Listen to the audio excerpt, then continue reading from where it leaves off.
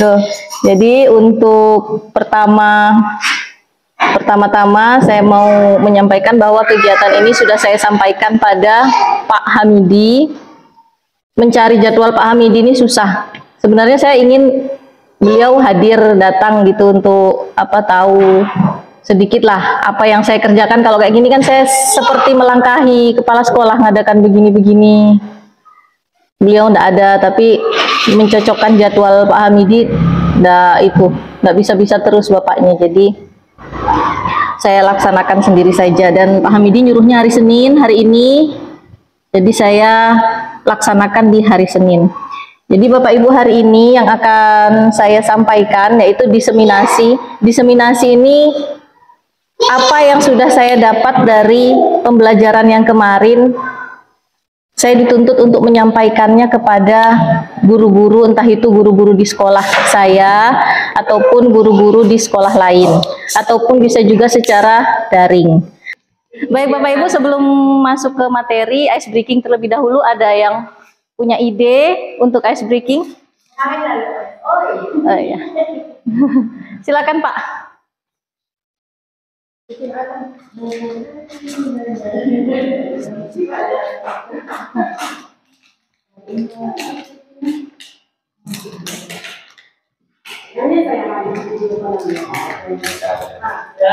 Ibu, Bapak-Bapak, izinkan saya memimpin ice breaking kali ini ya.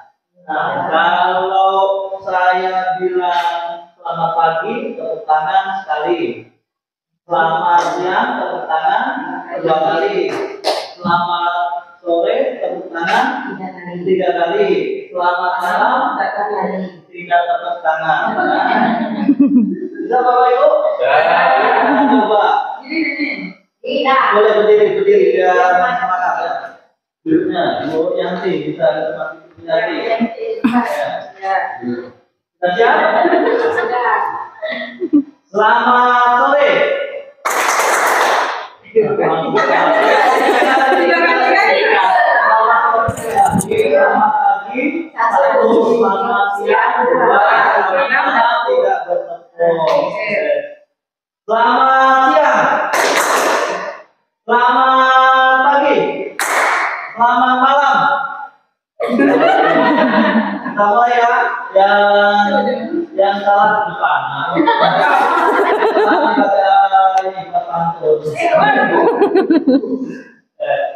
Selamat sore, selamat siang, selamat pagi, selamat malam. Tidak bertepuk, oke, tepuk tangan. Beda tahu nggak bedanya kata sama kata? Nah, misalkan makan itu kan kata. Katanya ada 2, makan. Nah, nanti kalau saya bilang meja, berarti meja. Nah, Bapak Ibu lanjutkan yang suku kata terakhir. Misalkan meja, terus Bu Nur bilang jalan. Nah, kata suku kata terakhir berarti lan apa gitu. Terakhir. Ya, terserah. Nanti langsung tunjuk, misalnya saya bilang ada. Bu Nur meja, langsung Bu Nur bilang jajan. Nah, langsung sebutkan nama yang mau untuk menyebutkan. Siap Bapak Ibu? Siap. Oke. Saya akan mulai dari Pak Jin. Misalkan kursi. Berarti suku kata siput. Putih.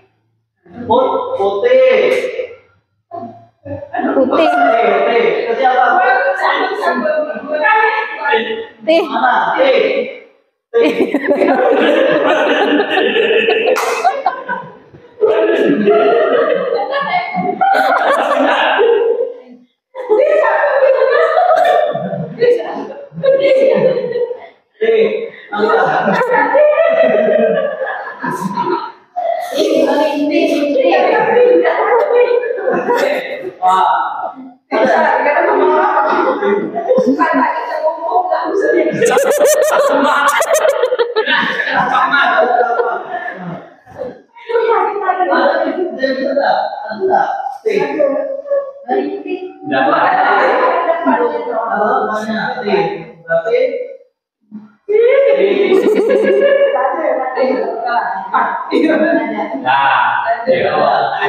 Mulai lagi dari Bu Ana. Oh, Bu Ana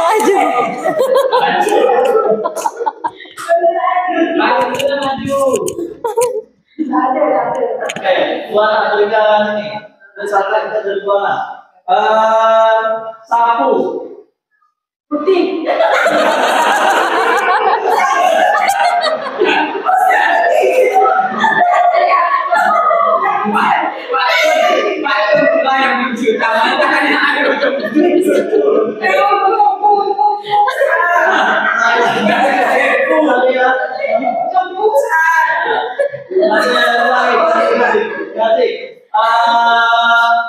Pusaka.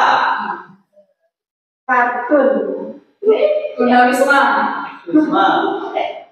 Makan. Makan. Nonton. Kantor.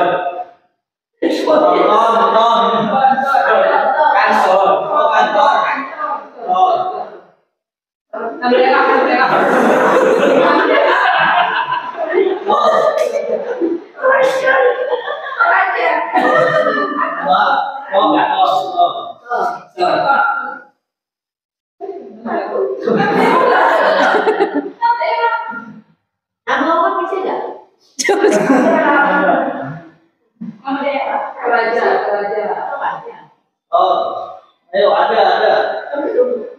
Angin itu angin. Tornado.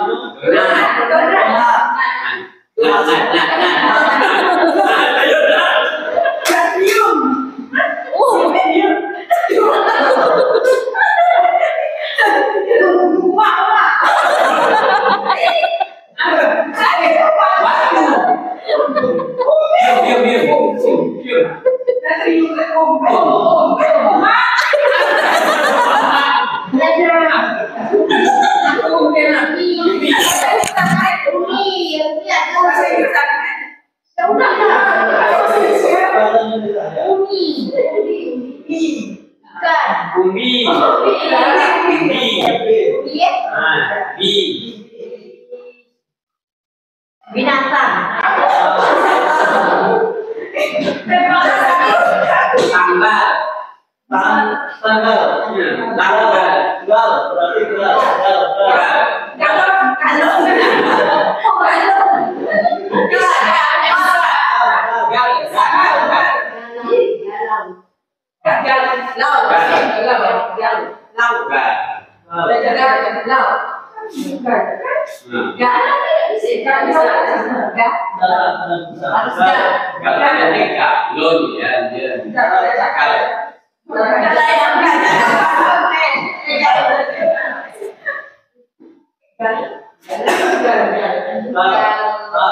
Ada lagi kayaknya.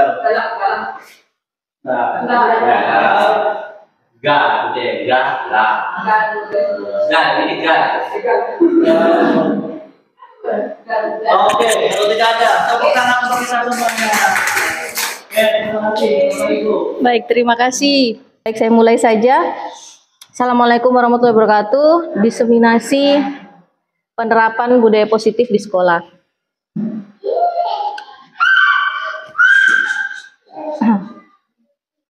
Jadi ada 8 hal dalam modul ini, dalam pembelajaran budaya positif.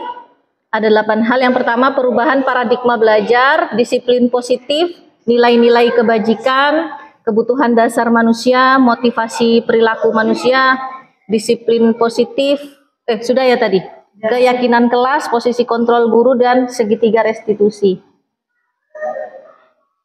Budaya positif itu nilai-nilai dan kebiasaan-kebiasaan di sekolah yang berpihak pada murid agar mereka berkembang menjadi pribadi yang kritis, penuh hormat, dan bertanggung jawab. Yang pertama yang akan dibahas adalah perubahan paradigma belajar. Nah, ini sebelum saya masuk ke perubahan paradigma belajar, saya minta kesediaannya Bapak Ibu. Ini ada sedikit, bukan permainan, tapi ada suatu aktivitas untuk masuk ke pembelajaran berikutnya. Saya minta Bapak Ibu berpasangan. Berpasangan dengan teman sebelahnya boleh. Bapak Ibu ambil tisu atau apa, barang kecil apa, salah satu orang pegang, digenggam. Digenggam sampai tak terlihat. Siapa yang mau menggenggam boleh. Satu orang aja yang menggenggam. Satu orang yang menggenggam. Nah, orang di sebelahnya, bagaimana caranya memaksa yang pegang tisu membuka tangannya? Apa bisa dengan dirayu, bisa diancam, boleh dimarahi, buka itunya. Nah, yang menggenggam punya hak juga untuk tetap menggenggam. Kalau dia belum pengen, boleh dipaksa begini, boleh, terserah.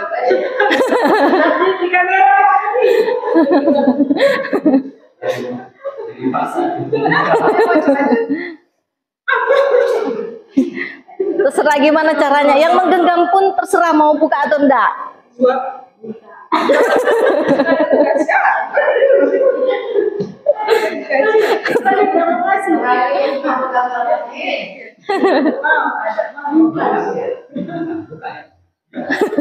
Kuat tenaga.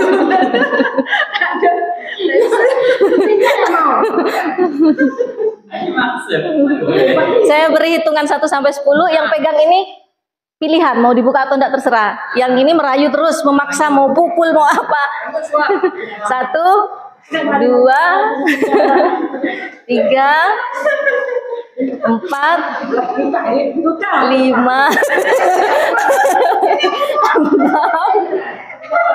7, 8, 9, 10. Ya, ternyata ya dua-duanya tidak ada yang mau kasih. Jadi kira-kira apa Bapak Ibu maksud dari kegiatan yang tadi itu Bapak Ibu? Mohon Bapak Ibu ada enggak yang memberikan tanggapan? Kira-kira apa maksudnya? Iya, maksud kegiatan tadi. Yang satu mau buka, yang satu enggak mau kasih. Judul dari apa? Perubahan paradigma.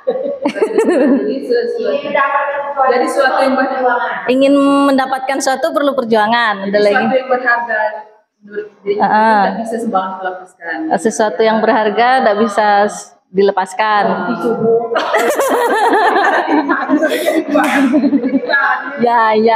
Ya betul. Kalau dikaitkan dengan murid, gimana kira-kira Bapak Ibu? Kalau dikaitkan dengan murid? Antara guru dengan murid. Tidak mudah untuk menyerah. Bisa belajar. Coba aja dengan sekuat tenaga. Sebenarnya ini Bapak Ibu itu kan dari judulnya perubahan paradigma. Betul Pak Jim, tidak memaksa, bukan tidak memaksa. Bukan. Murid itu kalau berdasarkan ini, seseorang itu punya hak untuk membuka, untuk melakukan sesuatu yang dia inginkan. Kalau dia itu mengizinkan untuk buka tangannya, dirinya sendiri, buka. Tapi kalau dia tidak mau, memang tidak mau, sudah. Sama seperti murid, mau dipaksa, mau dimarahi, mau dirayu, mau dipukul, kalau di dalam dirinya tidak sadar, kalau itu tindakan yang salah, berarti dia tidak akan berubah. Jadi gitu. Jadi modul ini ada kaitannya dengan pelajaran BK sebetulnya. Ya. Oh iya Kak. Tuh. Terus macet.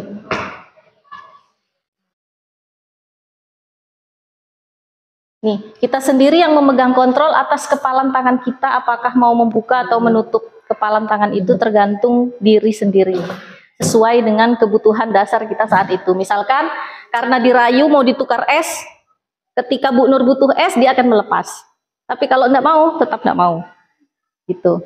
Jadi ini ada beberapa ilusi tentang teori kontrol. Ilusi itu maksudnya gini. Selama ini saya pun seperti itu, berpendapat bahwa guru itu bisa mengontrol murid. Apa yang saya mau, murid itu harus bisa melakukan itu. Itu padahal itu ilusi.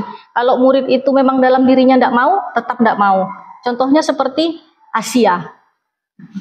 Nah, sampai sekarang mau dia dimarah, mau dia dirayu, mau dia dipuji, dia memang tidak mau berubah, tetap tidak mau.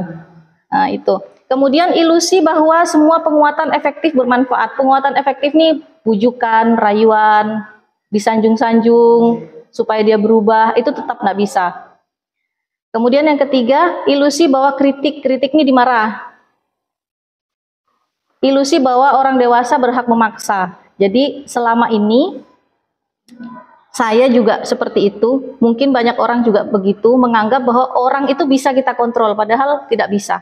Betul lah Bapak Ibu, menurut Bapak Ibu gitu? Misalkan mau kontrol murid, kamu harus begini, kamu harus begini. Kalau dalam dirinya dia tidak ada kemauan untuk berubah, mau seperti apapun yang dilakukan, dia tidak akan bisa untuk menjadi lebih baik. Nah, itu dari teori paradigma perubahan. Jadi di sini seseorang diharapkan bisa berubah dari stimulus respon kepada pendekatan teori kontrol. Stimulus respon seolah-olah orang lain bisa kita kontrol dan bisa kita kendalikan sehingga bisa merubah seseorang menjadi apa yang kita inginkan. Tapi pada teori kontrol sangat bertolak belakang. Sesuatu yang sedang dikontrol sebetulnya tidak bisa kita kendalikan karena yang dapat mengontrol adalah dirinya sendiri, bukan orang lain. Kemudian adalah pembahasan tentang disiplin positif. Disiplin positif itu merupakan pendekatan untuk menerapkan disiplin pada anak tanpa adanya hadiah, imbalan, penghargaan, ancaman, dan hukuman. Jadi bagaimana menerapkan bahwa anak itu sadar kalau dia harus berbuat yang baik tanpa diiming-imingi hadiah, tanpa diancam dengan hukuman, tanpa diiming-imingi dengan penghargaan. Seperti itu. Tujuannya untuk membangun karakter dan mengembangkan keterampilan pada murid sehingga mereka menjadi individu yang bertanggung jawab, mandiri, dan mampu membuat keputusan. Nih, selanjutnya, sebagai seorang pendidik, tujuan kita adalah menciptakan peserta didik yang memiliki disiplin diri sehingga mereka berperilaku mengacu pada nilai-nilai kebajikan universal dan memiliki motivasi intrinsik dalam perubahan perilaku ke arah yang lebih baik. Nilai-nilai kebajikan itu apa? Nilai-nilai kebajikan itu karakter di profil pelajar Pancasila. Itu singkatnya seperti itu. Saya rasa Bapak Ibu sudah mahir dengan profil pelajar Pancasila karena udah 3 tahun ya. Kalau saya sih belum hafal sampai sekarang.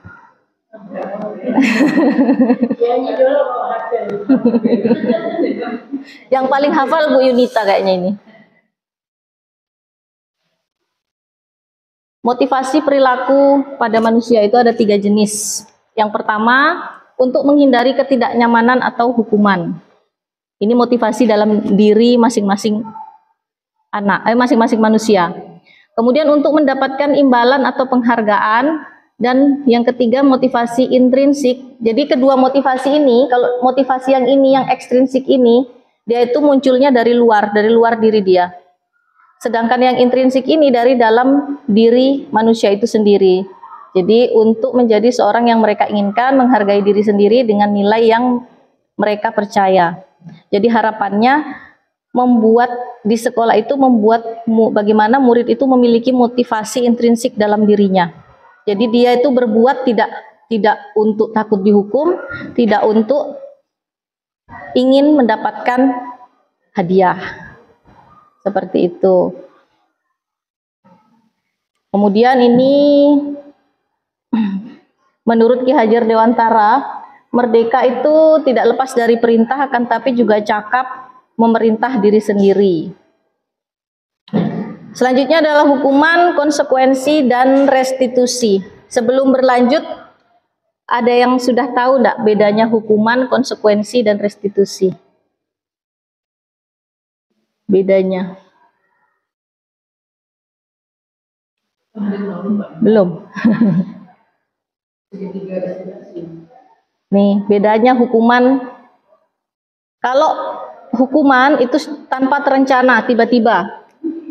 Murid tidak tahu apa yang terjadi dan tidak dilibatkan. Jadi asal murid melakukan kesalahan langsung dihukum. Itu berupa hukuman. Bisa berupa hukuman fisik ataupun hukuman psikis. Bedanya dengan konsekuensi. Konsekuensi ini sama dengan sanksi. Dia terencana dan disepakati sesuai aturan. Misal, kalau tidak ngerjakan tugas, apa konsekuensinya? Nah, itu jadi sudah ada perjanjian dulu dengan muridnya. Murid tetap dibuat tidak nyaman, tetapi karena sudah disepakati, mau tidak mau dia tetap melaksanakan itu. Sikap guru selalu memonitor murid. Yang ketiga adalah restitusi. Restitusi itu proses menciptakan kondisi bagi murid untuk memperbaiki kesalahan. Proses kolaboratif yang mengajarkan murid untuk mencari solusi sendiri. Nih, jadi yang ditekankan pada pembelajaran yang saya dapat itu di sekolah kalau mau menyelesaikan masalah ceritanya pakai yang restitusi, ini ceritanya. Tapi tapi kondisi kenyataan di lapangan itu mau menerapkan restitusi itu lama.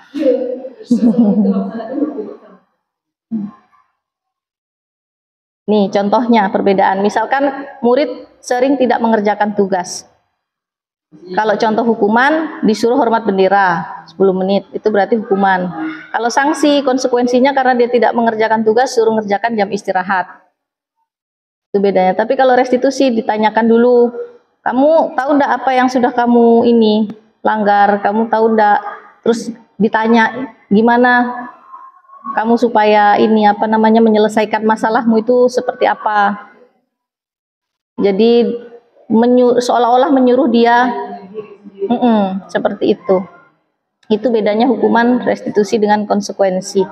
Nah ini sekarang Bapak Ibu mohon dijawab. Yang pertama, mencatat 100 kali dalam buku kalimat saya tidak akan terlambat lagi karena terlambat ke sekolah. Ini hukuman restitusi, hukuman atau konsekuensi?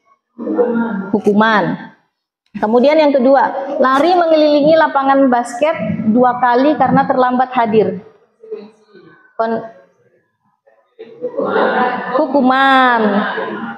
Terus yang ketiga, murid diminta untuk push up 15 kali karena tidak mengenakan masker ke sekolah. Hukuman.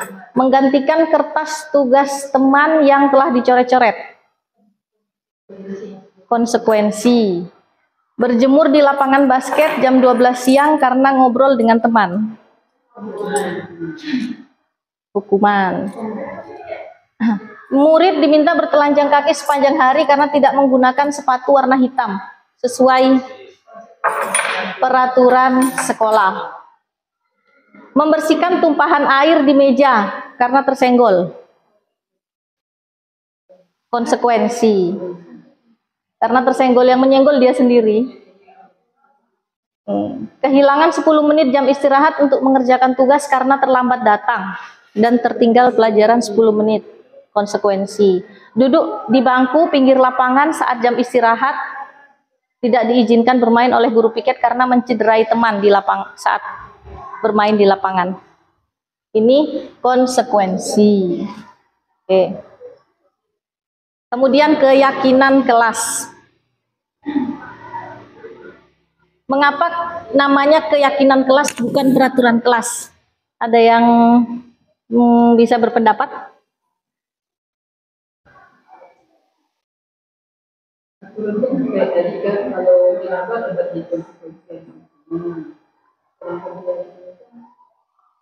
Pernah enggak Bapak Ibu lihat di sekolah-sekolah lain, misalkan di SD atau di SMP mana, ditempel di kelasnya keyakinan kelas gitu. Saya kemarin lihat di SMA 3 di kelasnya. Tulis tangan, muridnya yang nulis. Keyakinan kelas. Jadi kenapa kok namanya keyakinan kelas bukan peraturan? Kalau peraturan kan ada kan, Bapak Ibu ya? Kalau keyakinan? Ya, ya betul. Betul. Jadi kalau peraturan itu kan sudah dibuat oleh sekolah, oleh guru. Jadi yang buat itu ya, kalau hanya peraturan, murid tidak yakin, maka dia apa namanya? Misalkan contohnya gini, misalkan saya nih beragama Islam, yakin tidak saya dengan agama saya? Kalau saya yakin, maka saya akan otomatis akan sholat, akan puasa, karena yakin. Kalau saya tidak sholat, nanti ini. Seperti juga di kelas, saya yakin kalau tidak boleh membuli teman.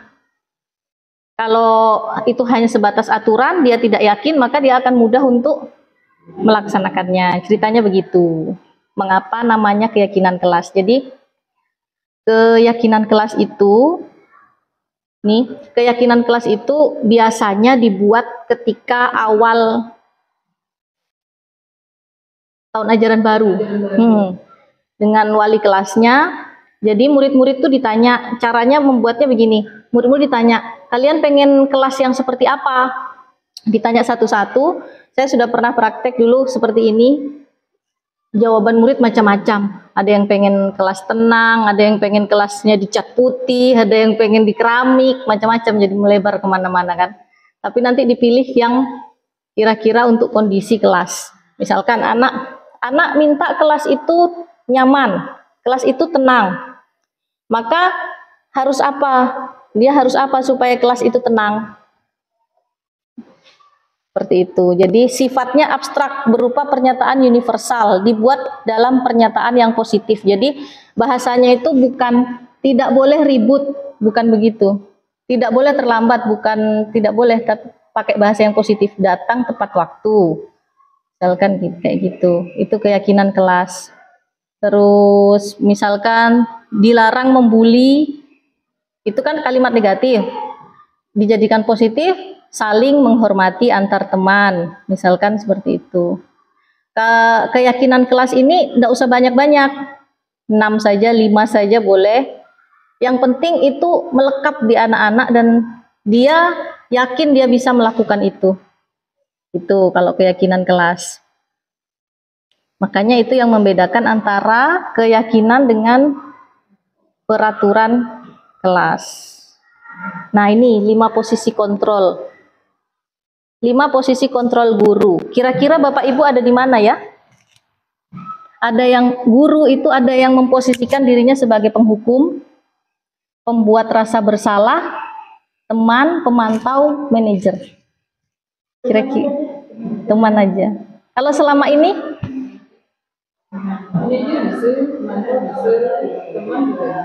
Yang paling sering? Mencangkup keseluruhan. Kapan diperlukan. Nah, kalau penghukum, guru sebagai penghukum nih contohnya begini contohnya. Hormat bendera selama 1 jam, misalkan ada yang tidak ngerjakan PR. Hormat bendera, saya sering begini. Saya suruh lari keliling lapangan. Itu penghukum, saya sering dalam posisi penghukum. Kemudian pembuat rasa bersalah.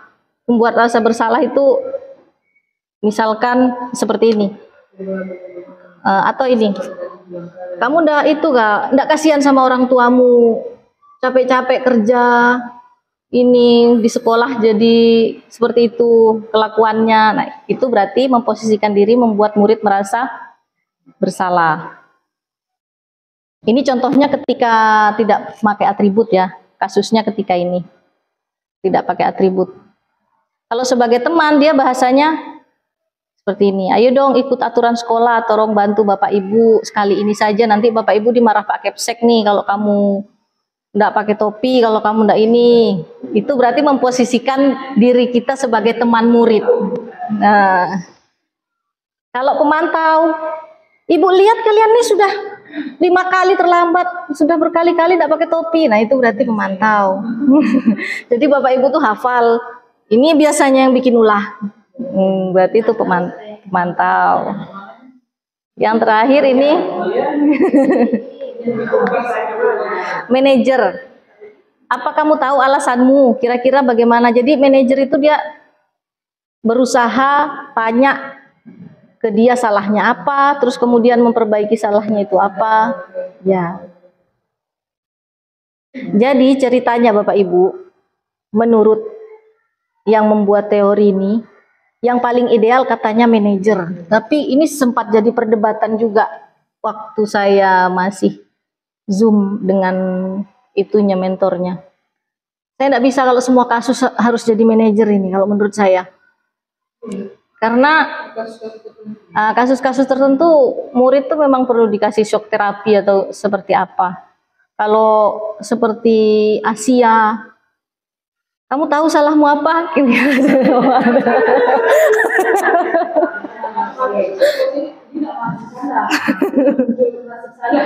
Tuh.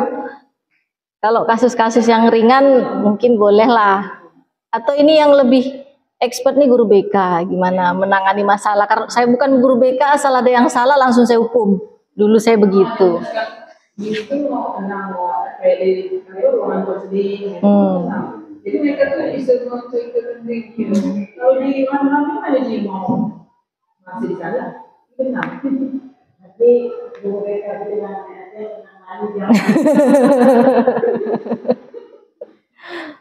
Tuh, sekarang ini Bapak Ibu, saya kecewa sekali dengan kamu. Berarti ini apa? Kalau gurunya bilang seperti ini, sebagai apa memposisikan dirinya?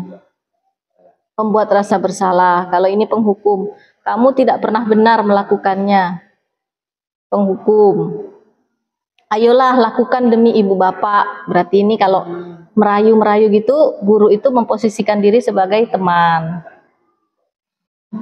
Apa kamu mau mendapat stiker bintang hari ini? Pemantau. Bagaimana bisa menyelesaikan masalah ini? Manajer. Kamu selalu yang paling terakhir. Ya.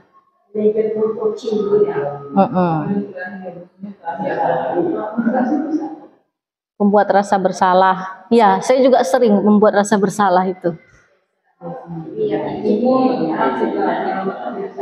Bapak kalau belajar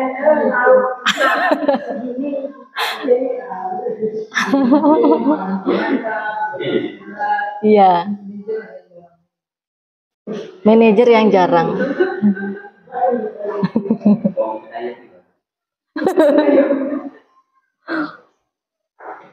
Kebutuhan dasar manusia. Jadi di sini diibaratkan manusia, murid-murid kita itu punya kebutuhan 5 kebutuhan dasar. Ada kebutuhan dasar bertahan hidup, kebutuhan dasar kasih sayang, penguasaan, kebebasan, kesenangan. Jadi kalau murid itu melakukan suatu kasus, ada suatu kasus, berarti ada beberapa kebutuhan dasar dia yang tidak terpenuhi. Jadi mari sekarang menganalisis 2 kasus lah di sekolah. Ada enggak kasus yang di sekolah? Jangan yang berat-berat, yang ringan-ringan. Siapa Bu Nur? Yang Bu Nur buka kasus. Misal Asia. Berarti kebutuhan apa yang kurang kalau dia bisa berkasus begitu? Kasih sayang. Kebutuhan bertahan hidup? Enggak. Tapi bekalnya banyak deh itu kalau jajan. Oh.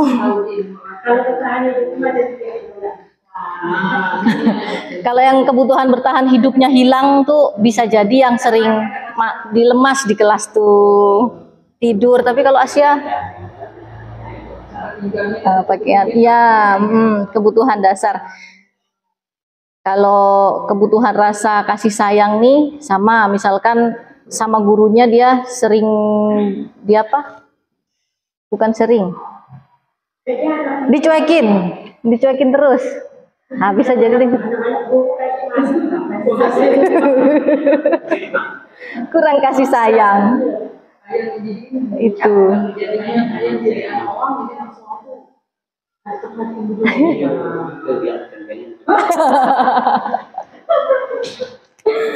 Atau kalau ketika kerja kelompok, kalau bunga itu apa itu? Kebutuhan apa yang hilang dari bunga itu?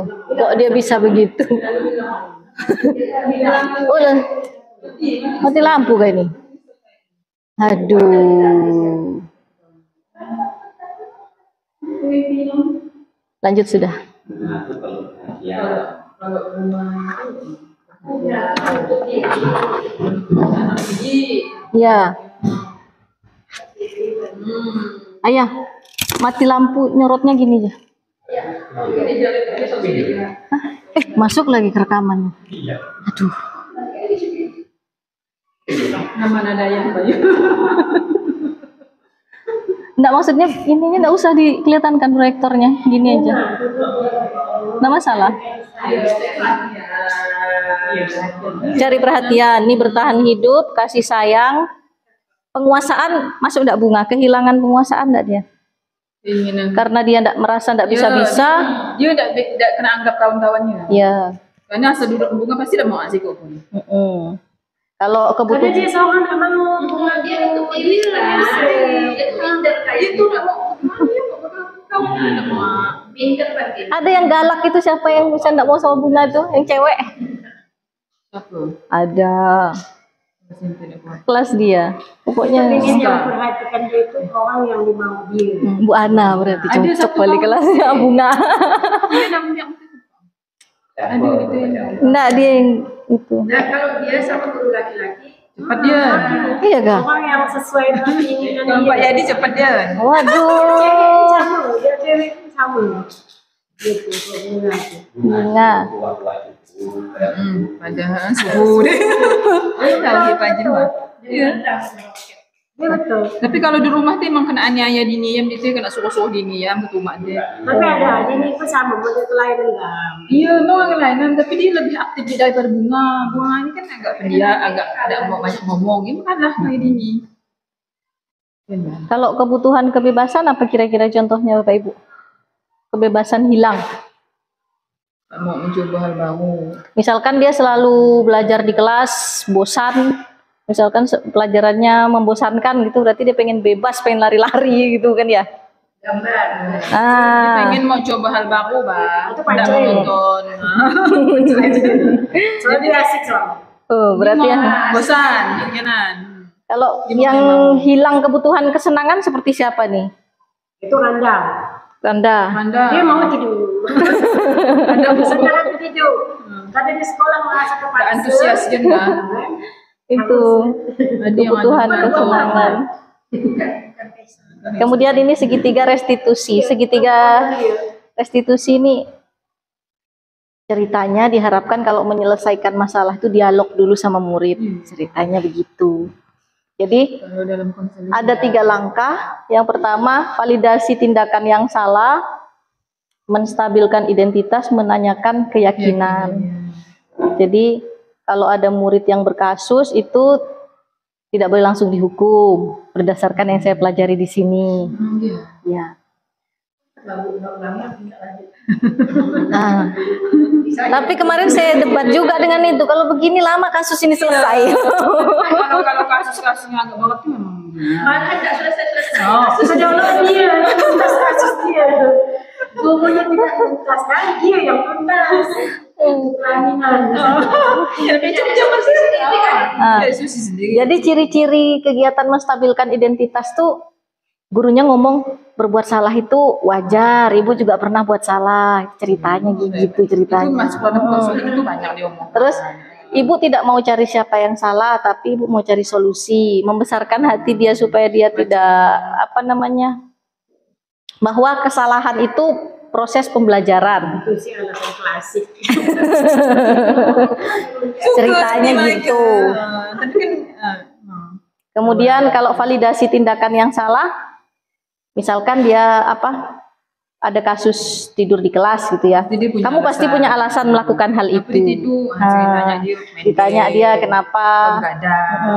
Kamu Atau patut kucing. bangga kamu patut bangga karena telah melindungi sesuatu yang penting buatmu. Terus ya pokoknya gitulah. Itu validasi tindakan yang salah. Kemudian yang ketiga, menanyakan keyakinan. Maksudnya menanyakan keyakinan nih, kan sudah dibuat keyakinan kelas tuh di awal. Misalkan disiplin, tapi dia tidur. Ada enggak keyakinan yang kamu langgar di situ? Ada Bu, misalkan tidak disiplin karena saya tidur di kelas, misalkan gitu. Atau dia bertengkar dengan temannya, ada enggak keyakinan? Karena dia kan ngolok misalkan bertengkarnya. ada keyakinannya tidak menghargai teman, misalkan saling menghormati. Jadi apa yang mau kamu lakukan untuk memperbaiki kesalahanmu? Itu ceritanya. Jadi segitiga restitusi ini menuntut dia untuk menganalisis kasusnya sendiri. Itu anak-anak kita ini kurang analisis. Disuruh cari cara.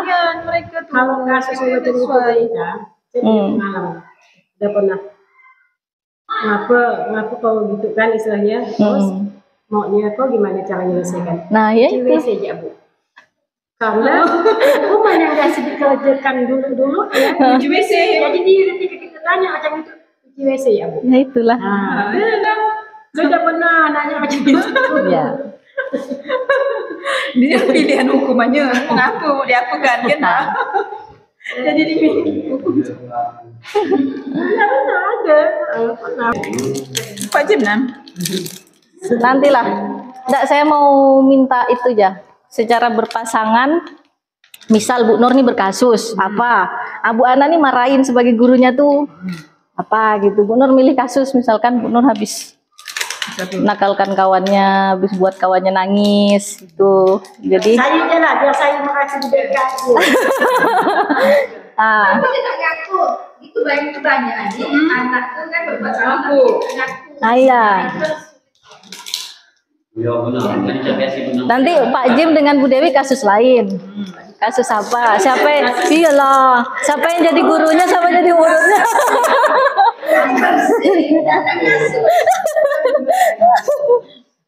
Ceritanya memperagakan, wah, misalkan ini Asia, misalkan. Cocok kan untuk Misalkan Bu Dewi jadi bunga,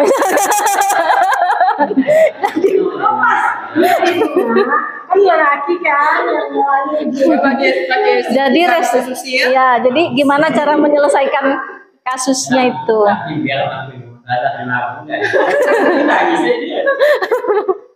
jadi kasus mencarukan.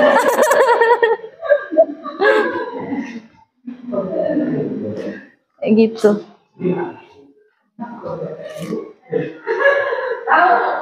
Ayo Bu. Guru mana sih guru? Guru kan dia kan guru olahraga, dia SD.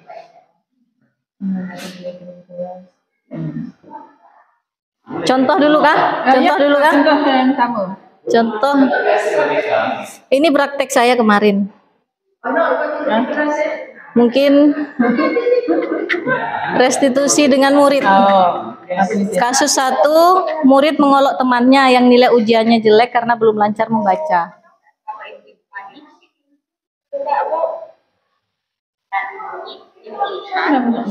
Ivo.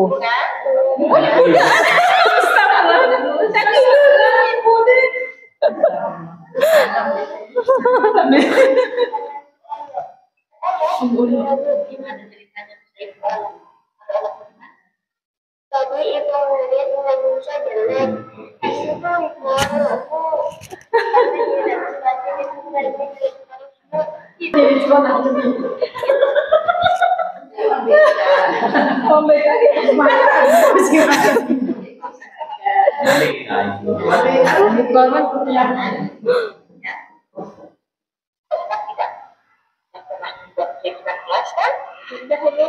Kira-kira ada tidak kira-kira kelas yang keluarga? Ada bu, apa? Saling menghargai, saling menghargai. Ya udah dipadahin dulu ibu.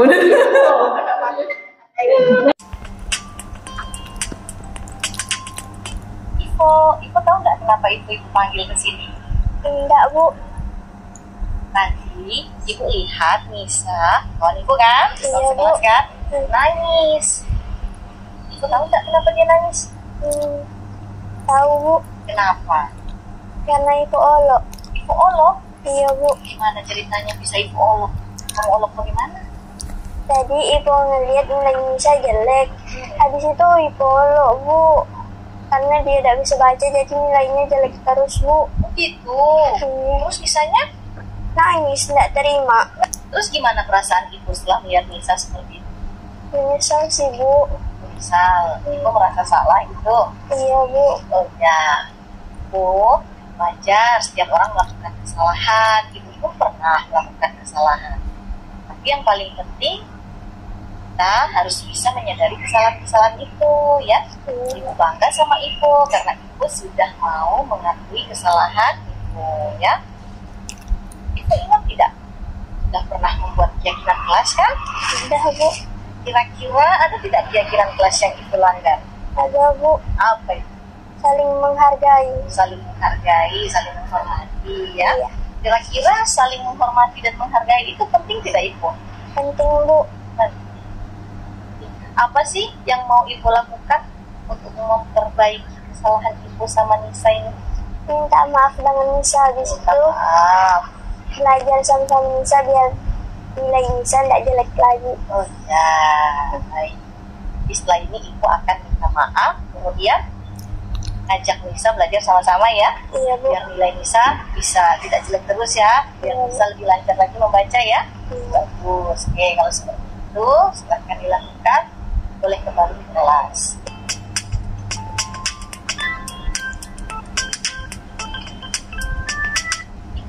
Ibu tahu nggak kenapa Ibu panggil ke kantor nih? Enggak, Bu.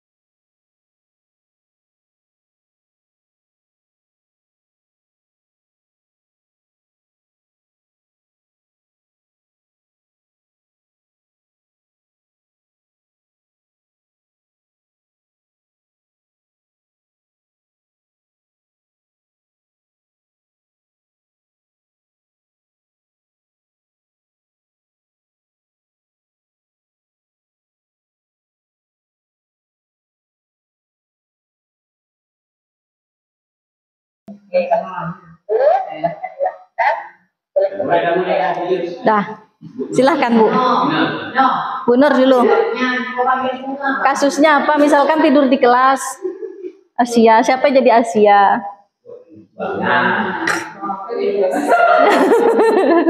Jangan dipanggil Asia, kasih nama sensor.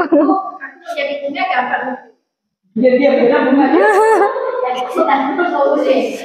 Ya.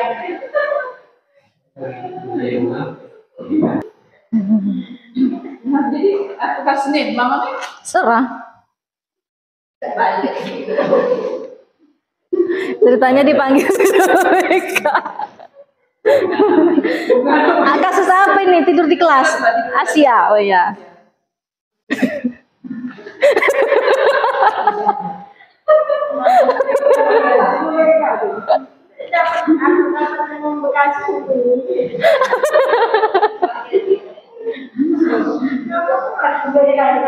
Gurunya dulu yang mengawali, masa muridnya dulu yang ngomong.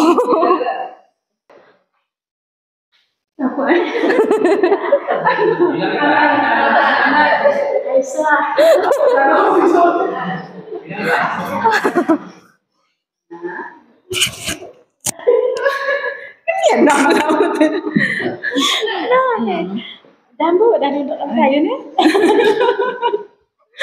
Ada. Ngapa? Yasin kan ya? Iya, muridnya. Ngapa Bu? Gimana kamu? Masa melambut-lambut kan? Itu. Ana tahu enggak dipanggil di sini teh. Enggak tahu gue.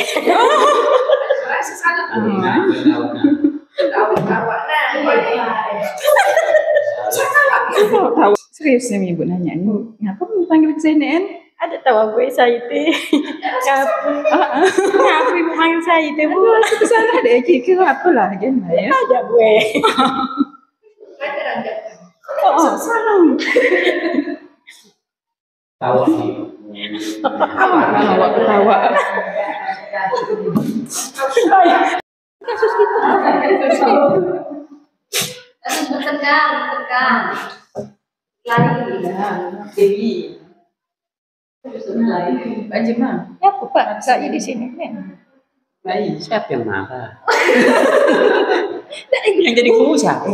Pak Jem, enggak. Cocok. Bunga kan- Itu dulunya Pak Jem anak duit. Bunga kan garang. Pak Jem anak duitnya. Glaynya ditinju. Glay. Ditinju di kelas. Duduk yang benar. Tangan bisa main-mainnya. Rapi gak sikit tangan tuh. Lepaskan tuh. Ibu lagi ngomong. Tahu dah ibu panggil teh ngapa? Tidak tahu apa ya. Tadi teh ada kawan kau bilang. Nama jadi. Siapa nama kau? Dino gitu Pak. Siapa namamu? Dino. Ini ibu dengan nama Dino dah. Dino teh kata kawan teh tadi ngolok si Bunga bujur ada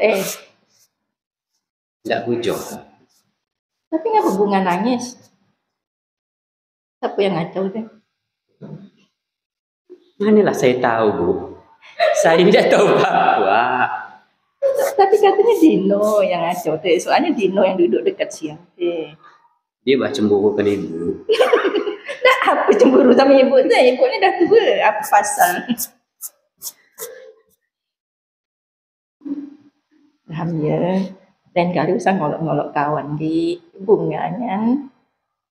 Sensitif bah orangnya. Jadi usah ngolok biar satu-satu pun usah ngolok. Jangan kan dengan Bunga, bah dengan yang lain pun jangan. Ibu pandanglah saya, banyaknya saya.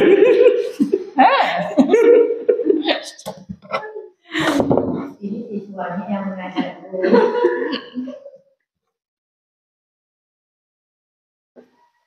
Kami dengarnya kata ibu nih.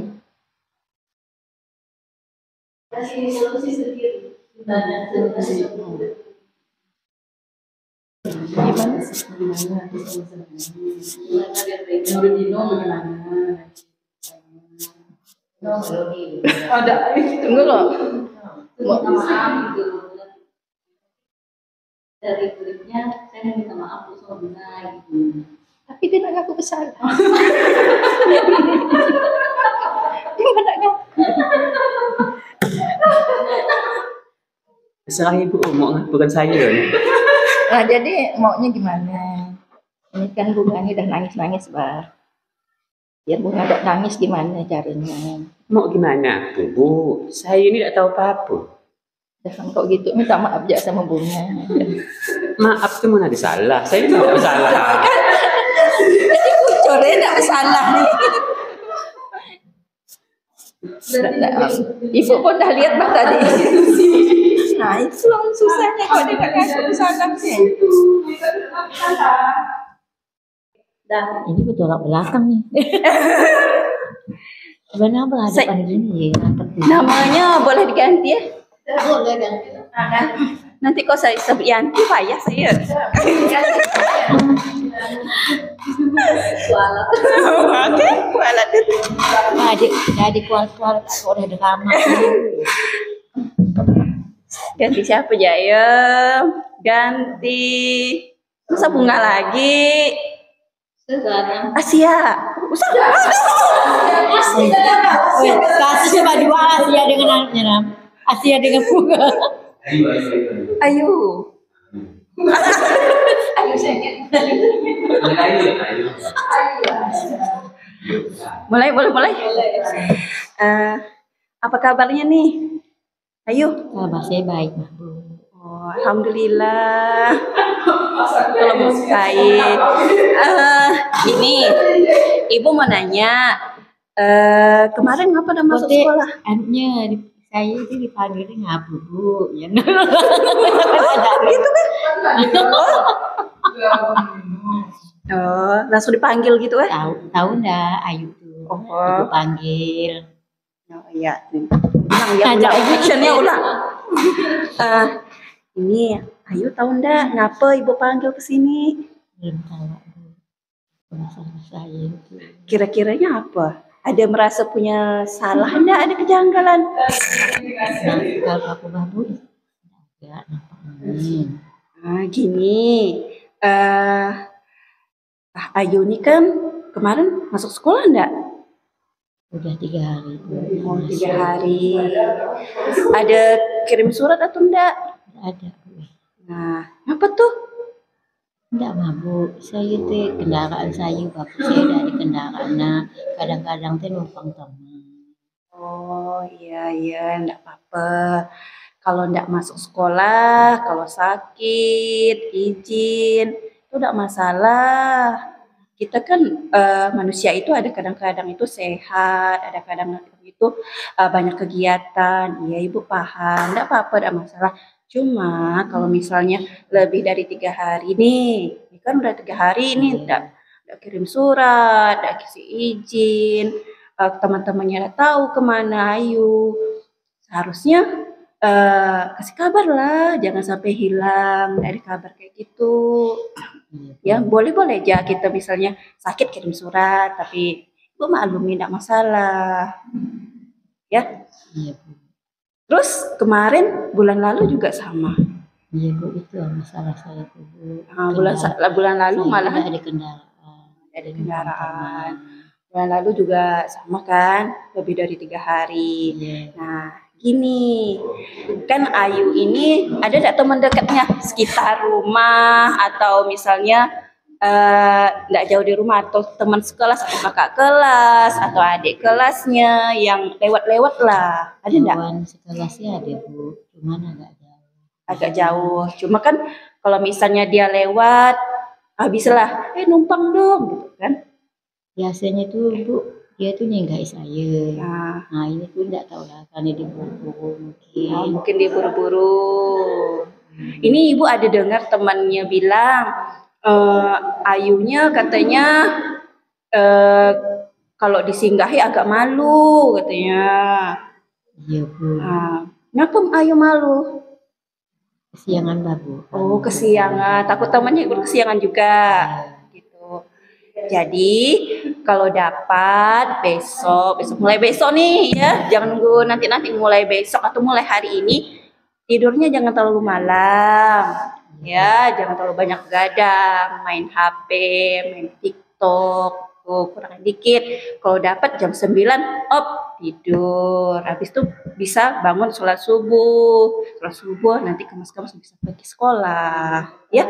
Bisa bisa numpang teman. Jadi kalau misalnya teman lewat itu kita udah siap. Jadi teman nggak nunggu lagi gitu, ya. Bisa yuk. Ya, kan sip. Tidak punya masalah. Nah, kan Bapak posting kamu. Apa? Ini. Posting apa? Bapak seorang. Nah, sekarang itu dulu Bapak Ibu refleksi. Terakhir biasanya kan refleksi ya. Materinya sudah selesai. Untuk mengakhirinya, kita refleksi dulu sebentar. Yang pertama, siapa yang mau merefleksikan pertanyaan nomor 1? Perasaan saya saat ini adalah siapa? Senang? Setelah mengikuti materi diseminasi ini, saya jadi paham bahwa salah satu Keyakinan kelas itu harus dibuat. Keyakinan kelas itu harus dibuat. Ada lagi? Segitiga restitusi itu harus dipraktekkan. Segitiga restitusi dipraktekkan. Ya, pertanyaan yang ketiga, target saya selanjutnya pribadi terkait pemahaman baru yang sudah didapat. Saya mau jadi manajer. Mau jadi manajer. Saya ingin juga menjadi mereka.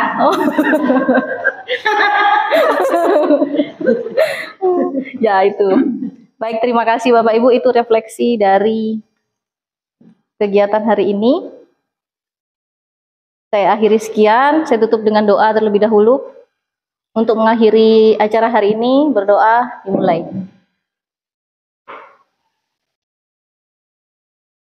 Selesai. Kamu tadi tidak berdoa. Baik, saya akhiri kegiatan diseminasi hari ini. Terima kasih. Wassalamualaikum warahmatullahi wabarakatuh. Dah, terima kasih Bapak Ibu. Tidak tahu siapa yang dihadapi, ya. Tapi tapi dari HP saya dengar. Tahu sih, ada saya itu berantem sama begitu.